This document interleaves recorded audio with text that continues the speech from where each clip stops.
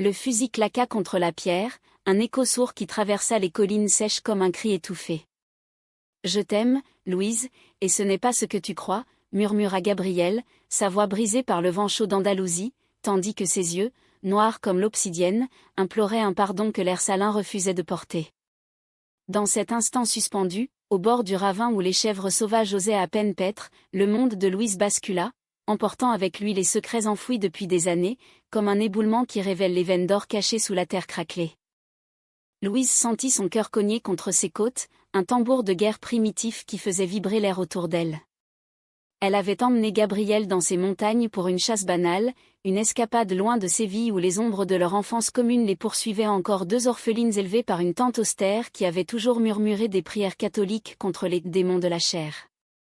Mais ce jour-là, sous le soleil impitoyable de l'automne andalou, Gabrielle n'était plus la cousine complice des jeux interdits, elle était une femme, une amante potentielle, et son aveu flottait entre elles comme une grenade dégoupillée.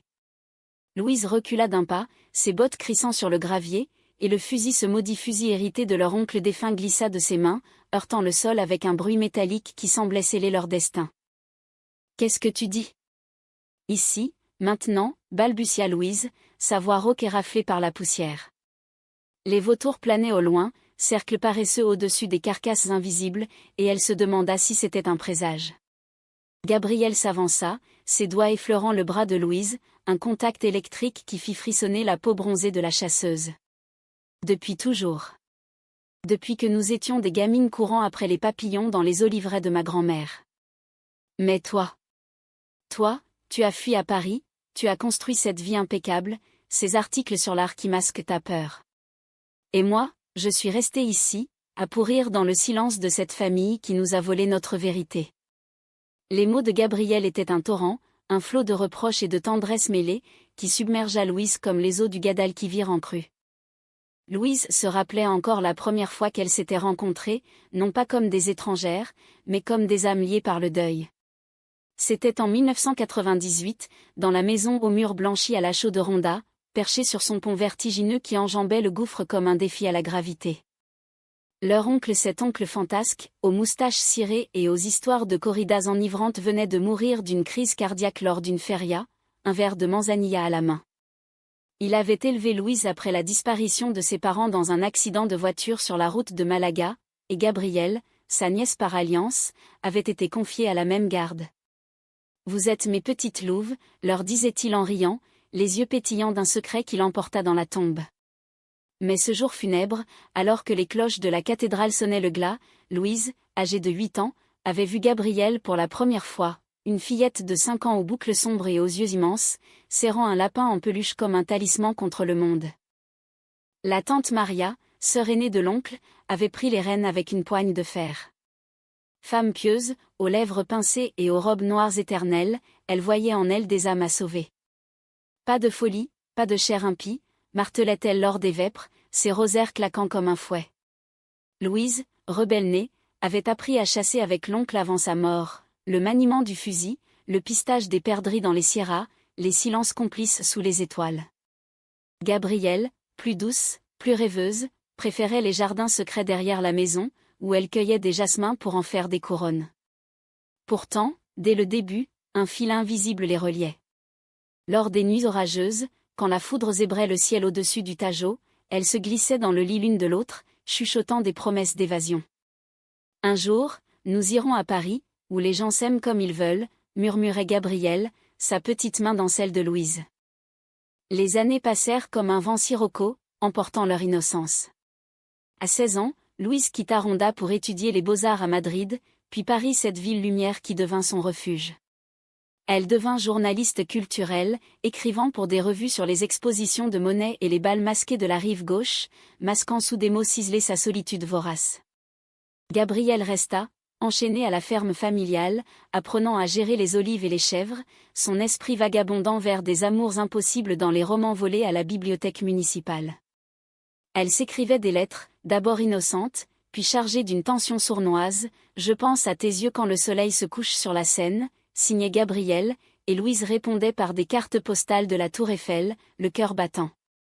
C'était il y a 3 mois que Louise était revenue, invoquant un article sur l'héritage andalou pour justifier sa présence. La vérité? Une lettre de la tante Maria, ton oncle a laissé un testament. Reviens, ou perds tout. Et Gabrielle était là, à l'aéroport de Séville, plus belle que jamais, son corps svelte moulé dans une jupe fleurie, ses lèvres ourlées d'un sourire qui cachait une tempête. Elles avaient dîné dans une bodega enfumée, bu du finot jusqu'à l'aube, riant des souvenirs comme si le temps n'avait pas creusé d'abîme. Mais au fil des jours, les silences s'alourdissaient. Louise surprenait Gabrielle la regardant avec une intensité qui la faisait rougir, un regard qui disait « Et si ?» La chasse avait été l'idée de Louise, un rituel pour exorciser les fantômes. Elles avaient pris la vieille Land Rover de l'oncle, chargé le fusil calibre 12, et filé vers les collines de Grazalema, où les pins parasols veillaient sur des clairières hantées par les légendes morts. L'air embaumait le thym et la terre chaude, et pendant des heures, elles avaient traqué une biche imaginaire, leur rire fusant comme des balles perdues. Puis, au sommet, face au ravin, l'aveu. Gabrielle s'était arrêtée net, le souffle court, et avait lâché « Louise, je ne peux plus. C'est toi, depuis toujours. Pas comme une sœur, pas comme une amie. Comme une femme aime une femme. » Louise avait gelé, le monde se rétrécissant à ce point minuscule où leurs souffles se mêlaient. La trahison n'était pas dans les mots de Gabrielle, mais dans les siens propres, elle avait fui parce qu'elle savait, au fond d'elle, que c'était réciproque. À Paris, elle avait eu des amants éphémères, des nuits volées dans des lofts haussmanniens, mais aucun n'avait effleuré l'âme de Gabrielle. Et la tante? La famille? Ce fusil que nous portons comme une malédiction, murmura-t-elle, la voix tremblante. Gabrielle rit, un rire amer teinté de larmes. L'oncle savait. Il me l'a dit, sur son lit de mort. Protège-la, petite. L'amour vrai est une chasse sans fin. Elles descendirent la colline en silence, le soleil se noyant dans l'horizon comme un vin rouge renversé. Ce soir-là, dans la maison de Ronda, Louise trouva la lettre de l'oncle, cachée dans le canon du fusil. « Ma nièce, si tu lis ceci, c'est que j'ai emporté mon secret. J'ai aimé un homme, en silence, toute ma vie. Ne fais pas comme moi. Aime comme le vent aime les oliviers librement. » Les larmes coulèrent enfin, lavant les années de déni. Gabrielle entra, vit la lettre, et sans un mot, l'enlaça. Leurs lèvres se trouvèrent dans l'ombre, un baiser salé de regrets et de promesses, sous le portrait sévère de la tante qui semblait, pour la première fois, fermer les yeux. Mais le lendemain, le conflit surgit comme un orage d'été. La tante Maria, alertée par un voisin curieux, débarqua à l'aube, son crucifix brandi comme une arme. « Que ai-je entendu ? Des murmures impurs dans ma maison, tonnatait-elle, ses yeux perçants transperçant Gabrielle qui se tenait droite, la main de Louise serrée dans la sienne. Louise, le cœur en feu, riposta, c'est l'héritage de l'oncle, tante. Pas le tien. Il a vécu dans le mensonge pour toi, pour l'honneur familial. Nous choisirons la vérité. Maria pâlit, un fantôme de sa jeunesse revoyant son frère dans les bras d'un torero anonyme, un secret qu'elle avait étouffé sous des couches de prière. La confrontation s'étira en une nuit interminable, des cris aux confessions chuchotées. Maria avoua sa propre douleur, veuve jeune, elle avait aimé une femme, une danseuse de flamenco, avant de la renier pour l'église. J'ai sauvé mon âme, mais perdu la mienne, sanglota-t-elle. Au lever du jour, épuisée, elle posa son rosaire et murmura, « Allez, mes filles. Mais revenez-moi entière. » C'était une trêve fragile, un pas vers la rédemption. Louise et Gabrielle fuirent vers Séville, la ville des passions débridées. Dans un hôtel surplombant El Alcázar, elles s'aimèrent enfin, corps entrelacés sous des draps de lin frais, la lune filtrant par les jalousies comme un complice. « C'est notre chasse à nous, maintenant », souffla Gabrielle, ses doigts traçant des cartes invisibles sur la peau de Louise. Mais le destin, ce chasseur impitoyable, réservait encore ses pièges. Les semaines suivantes furent un tourbillon de découvertes et de doutes. Louise prolongea son séjour, prétextant des recherches pour son article, mais en vérité, elle cartographiait un nouveau monde, celui des regards volés dans les marchés aux épices de Triana, des danses tardives dans les tableaux enfumés où les guitares pleuraient des tangos gitans. Gabrielle, libérée de son carcan, rayonnait, ses cheveux noirs cascadaient libres, et elle apprenait à Louise les secrets des nuits andalouses, comment siroter un tinto de Verano sous les orangers, comment murmurer des poèmes de Lorca à l'oreille d'une amante. Verde que te quiero verde, récitait-elle, ses lèvres effleurant le cou de Louise, évoquant les amours maudites du poète. Pourtant, la trahison guettait, tapie dans l'ombre comme un lynx. C'était Sophia, l'ancienne flamme de Gabriel, une sculptrice aux mains calleuses et au tempérament de feu, qui revint d'un voyage à Grenade. Sophia, avec ses yeux verts perçants et ses cicatrices de batailles amoureuses, avait été la première à briser le cœur de Gabriel 5 ans plus tôt, la laissant briser sur les pavés de El Albessin. « Tu es de retour pour moi ?» avait demandé Gabriel lors de leur rencontre fortuite dans une galerie d'art, où les nus féminins de Sophia hurlaient une sensualité brute. Sophia avait ri, un rire de velours empoisonné, « Pour nous, ma belle. Louise n'est qu'une Parisienne de passage, une ombre qui s'effacera au premier vol. » Louise apprit la nouvelle par un appel tardif, alors qu'elle errait seule dans les jardins de El Alcazar, les fontaines murmurant des secrets arabes. « Rentre, chérie. Sophia est là, et elle. Elle me trouble encore. » La voix de Gabriel était un fil tendu, vibrant de culpabilité. Louise sentit la jalousie la mordre comme un serpent, un venin qui remonta jusqu'à son cœur. Était-ce cela, l'amour ? Une chasse perpétuelle où l'on traque l'autre pour mieux la perdre ? Elle rentra à l'hôtel, trouva les deux femmes enlacées sur le balcon, riant d'anecdotes partagées, et le monde se fissura à nouveau. « Qu'est-ce que c'est ? demanda-t-elle, la voix plate comme une lame. Sophia se tourna, un sourire carnassier aux lèvres. « Juste des souvenirs, Louise. Des souvenirs que tu ne pourras jamais effacer. » Gabriel se leva, les yeux rougis, et tenta d'expliquer, « C'est le passé, rien de plus. » Mais Sophia sait des choses. Sur moi, sur ce que j'ai caché à la famille. La nuit se mua en tribunal, des accusations fusant comme des balles. Sophia révéla tout, les nuits volées avec Gabriel dans les grottes de Nerja, les promesses brisées, et pire, une lettre anonyme qu'elle avait envoyée à la tante Maria, semant le doute sur l'héritage. « Je l'ai fait pour la réveiller, s'est endormie. Pas pour te détruire, Louise. Mais l'amour est une arène, et ici, en Andalousie, on ne pardonne pas les faibles. » Louise, blessée au vif, s'enfuit dans les rues labyrinthiques de Santa Cruz, où les lanternes projetaient des ombres dansantes sur les murs ocres. Elle erra jusqu'au Guadalquivir, s'asseyant sur les berges où les pêcheurs chantaient des saetas mélancoliques. La trahison de Sophia était claire, mais celle de Gabriel ? Un silence complice, une hésitation qui avait permis à l'intruse de s'insinuer. Au lever du soleil, Louise prit une décision, elle appela un taxi pour l'aéroport. « Je rentre à Paris. Seule. » Mais au moment de monter, une main l'arrêta. Gabriel, essoufflé, cheveux en désordre, suppliait, « Attends. C'est toi, seulement toi. Sophia est un fantôme, un regret que je tue ce soir. » Elles se réconcilièrent dans la voiture, un baiser fiévreux au milieu du trafic matinal, mais la graine du doute était plantée. De retour à Ronda, la tante Maria, adoucie par les jours, organisa un dîner familial, un geste de paix, avec du gazpacho frais et des lamentations au four.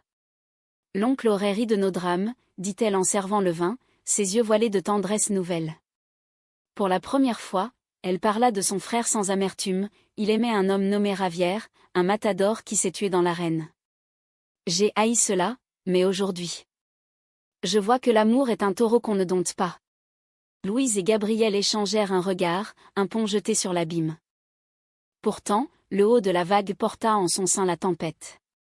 Sophia, refusant la défaite, ourdit un plan plus sournois, elle contacta un journal local, révélant l'histoire scandaleuse de l'héritage familial, avec des photos volées de Louise et Gabriel enlacés. Le scandale éclata comme une bombe dans les tabloïds andalous, les nièces de l'oncle maudit, un amour contre nature. La tante Maria, submergée par les ragots du village, sombra dans une dépression silencieuse, son rosaire redevenant une chaîne. « Vous m'avez tué » murmura-t-elle un soir, avant de s'enfermer dans sa chambre. Louise, rongée par la culpabilité, confronta Sophia dans son atelier de Séville, entourée de statues de femmes nues aux poses défiantes. « Pourquoi ? Pourquoi » hurla-t-elle, poing serré. Sophia, calme comme une lame forgée, répondit, « Pour la vérité, ma chère. Ton oncle a vécu dans le mensonge, je refuse que vous fassiez de même. Mais si c'est une guerre, je combattrai. » La bagarre fut verbale, puis physique, un vase brisé, une égratignure sur la joue de Louise, mais au fond, c'était une catharsis. Gabriel arriva, vit le chaos, et choisit, c'est fini, Sophia. Pour de bon. Le couple se retira dans les montagnes, reprenant le fusil pour une chasse symbolique. Pas de proie cette fois, seulement le silence des sierras où elles purifièrent leur amour. Nous sommes nos propres chasseuses, dit Louise, tirant en l'air un coup qui libéra les oiseaux. Mais la trahison de Sophia avait ouvert une brèche. Gabriel, hanté par les doutes, commença à s'éloigner, passant des nuits à peindre des toiles sombres, des paysages tourmentés où des silhouettes féminines se noyaient dans des ravins. Le climax approchait, inexorable comme le Mistral. Lors d'une feria à Ronda, où les taureaux chargeaient sous les acclamations, Louise surprit Gabriel dans les bras de Sophia, un baiser volé derrière les tentes colorées. Le monde s'effondra en un instant, la musique du flamenco devint un hurlement, les rires une moquerie. Traîtresse, cria Louise, fendant la foule, son cœur lacéré comme une cape déchirée par les cornes. Gabrielle la suivit, suppliante. C'était une erreur, un adieu maladroit. Je t'aime, Louise, plus que tout. La fuite fut instinctive, un galop effréné vers les falaises de Ronda, là où le vent hurlait des chants ancestraux. Louise grimpa le sentier escarpé, le fusil en bandoulière comme un bouclier inutile, ses larmes se mêlant à la sueur qui perlait sur sa peau. Derrière elle, Gabriel trébuchait sur les pierres, criant son nom dans le vide, Louise. Arrête-toi, par pitié. Mais la blessée n'entendait que le battement de son propre cœur, un tambour funèbre qui rythmait sa chute. Au bord du précipice, là même où l'aveu initial avait scellé leur destin, elle s'arrêta, haletante, le gouffre béant sous ses pieds comme une bouche affamée. Pourquoi, Gabriel? Après tout ça, demanda-t-elle, la voix brisée par le vide. Gabrielle s'approcha, prudente, ses yeux noirs reflétant le chaos du ciel crépusculaire. La peur. Sophia représente le facile, l'ancien chemin balisé. Toi, c'est l'inconnu, la tempête qui pourrait nous détruire. Les mots étaient un poignard, mais la vérité qu'ils portaient libéra un sanglot chez Louise. Elle se tourna, vit la vulnérabilité de Gabrielle, cette femme forte qui tremblait comme une feuille, et tendit la main. Alors, saute avec moi. Dans l'inconnu. Le baiser qui suivit fut une rédemption, un feu qui consuma les doutes, leur corps pressés contre le rocher froid tandis que le soleil sombrait, peignant le ravin en rouge sang. Elles rentrèrent enlacées, mais le conflit familial les attendait comme un taureau enragé. La tante Maria, sortie de sa torpeur, avait lu les journaux, entendu les murmures au marché. Vous avez souillé son nom, accusa-t-elle lors du dîner, brandissant un article froissé. Louise, lasse de fuir, riposta avec une férocité nouvelle. Non, tante. C'est toi qui l'as souillé, en le forçant au silence. L'oncle t'aimait, malgré tout. Et nous t'aimons, malgré tes chaînes. La nuit fut une joute verbale, des larmes versées sur la table cirée, des confessions arrachées comme des épines. Maria parla enfin de son amour perdu, cette danseuse nommée Carmen, aux hanches ondulantes et aux rires de cascade, qu'elle avait renvoyée à Séville pour sauver son honneur. J'ai prié pour oublier, mais le cœur est un puissant fond. Gabriel, touché, posa sa main sur celle de la vieille femme. Laissez-nous vous montrer que l'amour guérit, pas d'âne. À l'aube, Maria céda, un sourire fragile aux lèvres. Allez à la chasse, une dernière fois. Et rapportez-moi la paix. La traque finale fut métaphorique, elles pistèrent non une bête, mais leurs propres ombres. Dans les oliveraies de la Sierra, sous un ciel étoilé, elles campèrent, le fusil servant de trépied à une bouteille de Rioja. Les histoires coulèrent comme le vin, Louise raconta ses nuits parisiennes solitaires, Gabriel ses rêves inavoués de voyager, de peindre les amours libres de Montmartre. Et Sophia, demanda Louise, la voix douce. Gabriel soupira, un chapitre fermé. Elle m'a appris la passion, mais toi, l'âme. Pourtant, la trahison ultime vint de l'intérieur. De retour à la maison, elles trouvèrent Maria effondrée, une lettre à la main, le testament de l'oncle, falsifié des années plus tôt par un notaire véreux, laissait tout à l'église si l'immoralité persistait. Sophia, dans un dernier sursaut de vengeance, avait exhumé le document, forçant un choix, l'héritage ou leur amour. Choisissez, murmura Maria, les yeux éteints. Louise sentit la rage monter, un volcan andalou. Nous choisissons nous. L'argent n'achète pas la liberté. Elles affrontèrent Sofia une dernière fois, dans son atelier baigné de lumière dorée. C'est fini, sorcière, déclara Gabriel, sa voix d'acier. Sofia, vaincue, avoua, j'ai agi par jalousie, mais aussi par amour tordu. Pardonnez-moi, ou haïssez-moi, mais vivez.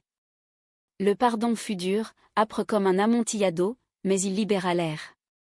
Le notaire, confronté, restitua la maison à Louise et Gabriel, sous l'œil approbateur de Maria, qui rangea son crucifix pour un collier de jasmin. Les mois suivants furent un renouveau. Louise écrivit son article, non sur l'art ancien, mais sur les amours cachés de l'Andalousie, un pamphlet romantique qui fit scandale à Paris et triompha à Séville.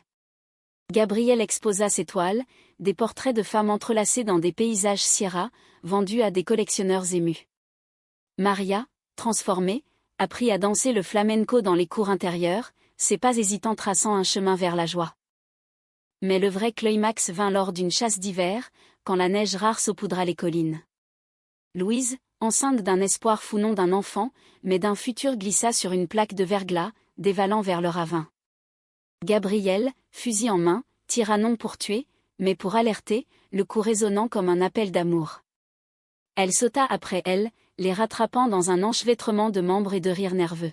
« Tu es ma proie, pour toujours » haleta Louise, blottie contre elle. Le printemps ramena les fleurs sauvages sur les pentes, et avec elles, une paix chèrement acquise. Louise et Gabriel transformèrent la maison de Ronda en un havre, des ateliers pour peindre, une bibliothèque garnie de Lorca et de Colette, des dîners où Maria racontait des anecdotes sur l'oncle, riant enfin de ses amours secrets. « Il aurait adoré vous voir ainsi, mes louves, disait-elle, ses yeux ridés pétillants. » La famille élargie, tante, cousin gitan accepta peu à peu, les ragots se muant en légendes chuchotées avec un clin d'œil complice. Pourtant, la romance n'était pas sans ombre. Louise, hantée par Paris, luttait avec l'appel de la ville. « Et si je t'emmène là-bas ?» Les rues pavées, les cafés où les amantes s'embrassent sans peur, proposa-t-elle un soir, sous les étoiles filantes de la Saint-Jean. Gabriel hésita, son pinceau suspendu au-dessus d'une toile vierge, et laisser l'Andalousie ? Ces terres qui nous ont forgés dans la douleur et la beauté ?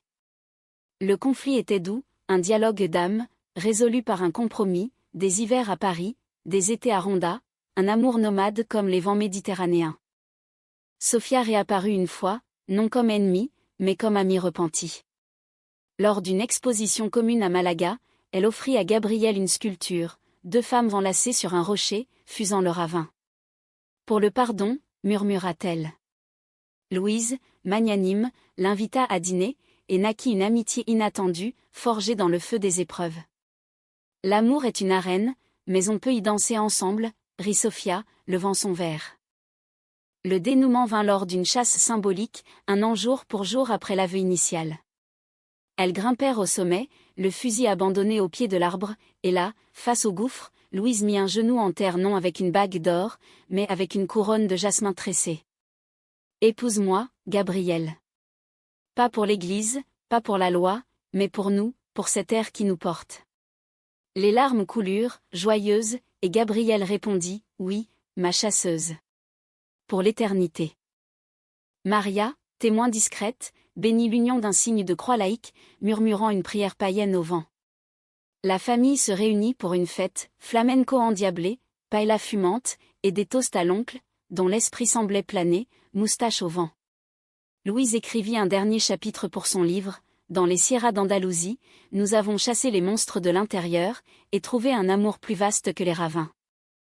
Des années plus tard, assise sur le balcon surplombant le pont de Ronda, vieille et ridée mais toujours enlacée, elle regardait le soleil se coucher. « Tout a changé ce jour-là » murmura Gabriel, sa tête sur l'épaule de Louise. « Oui, et pour le meilleur » répondit celle-ci, un baiser scellant leur saga. L'Andalousie, terre de passion et de secrets, avait été leur arène, l'amour, leur victoire humaniste, un hymne à la liberté des cœurs.